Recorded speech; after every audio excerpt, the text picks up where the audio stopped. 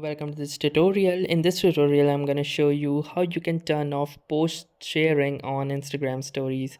So, for example, if you create an amazing post on your Instagram and you don't want just anyone to share it to their story, so what you can do is simply disable this feature. So, in order to do this, what you need to do is click on these three horizontal lines present at the top right corner of your screen. Then it will lead you to the settings and activity tab, and you can scroll down until you see this option which says sharing and reuse. Click here and just wait for it to open, and here you can see the first option which says allow people to share your content, so posts and reels to stories. If you don't want your posts and reels to be shared to the stories of others, you may simply disable this toggle right here, and once that is done, any other person will no longer be able to share your posts and reels into their stories.